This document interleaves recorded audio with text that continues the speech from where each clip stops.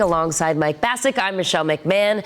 And yes, this was a matchup that the Rangers should win against the Mets, but could you argue that that win last night and the way it was won was one of the most important wins for this team this season? Yeah. And with the Mariners losing last night, guess what? The Rangers find themselves in a three-team tangle atop the AL West standings, and this is just getting dicier and dicier. What to expect? Michelle, help us. One thing I do know for sure is that their tennis background, which we have no questions about, is going to provide them a solid base when it comes to the sport of pickleball. While there are some similarities, guys, it is a much different sport. So we will dive into some of those nuances here. And with the Stanley Cup on the line, that only means heightened intensity on both sides. The Sidney Crosby, PK Subban saga continues. Will we see some more UFC fighting on the ice in Game 6 tonight? What do you think? A little grounded pound we saw from last game.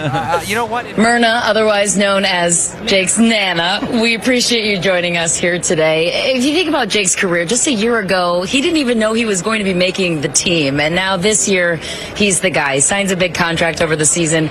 You know him better than anybody. What does that tell you about his work ethic from what you know?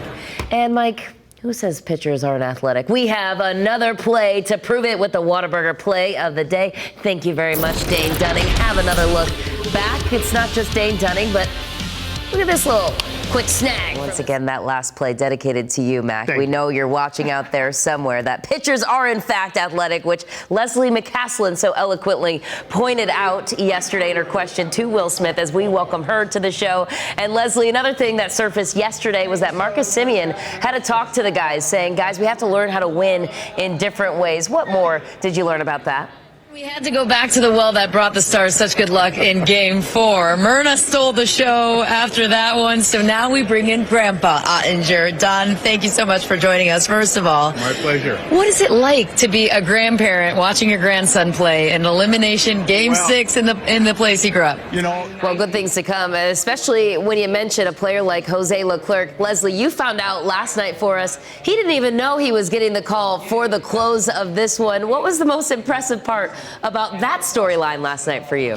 As we welcome you to NHL Now, right on the concourse outside of Bridgestone Arena. I'm Michelle McMahon, joined by Steve Mears and EJ Raddick, also known as Sergeant Rudak. Hey, Michelle. Hey. Hey, Michelle. Good to see you. Good to see you guys. Good to be here. Good to be back here. Game day, fans are ready to go. First and foremost. Love it. Look at all the player to the team. A little blessing in disguise on this full moon Wednesday. There you have it. You heard it here first. Let's take a look at the weekend series points. Who is Jacob Peterson and where did this guy come from? That really was the question after his breakout performance on Thursday night, especially when you consider this roster and this team this season. There wasn't a lot of room available for new players to step in. You not only make your NHL debut tonight, but you opened up the scoring for your team with almost a minute left in the first period. What was that moment like? I love it. The gift that keeps on giving, the grandparents of the Ottinger family. But before we send it back to you, Lauren, we got to bring in the real good luck charm, the face of the Stars.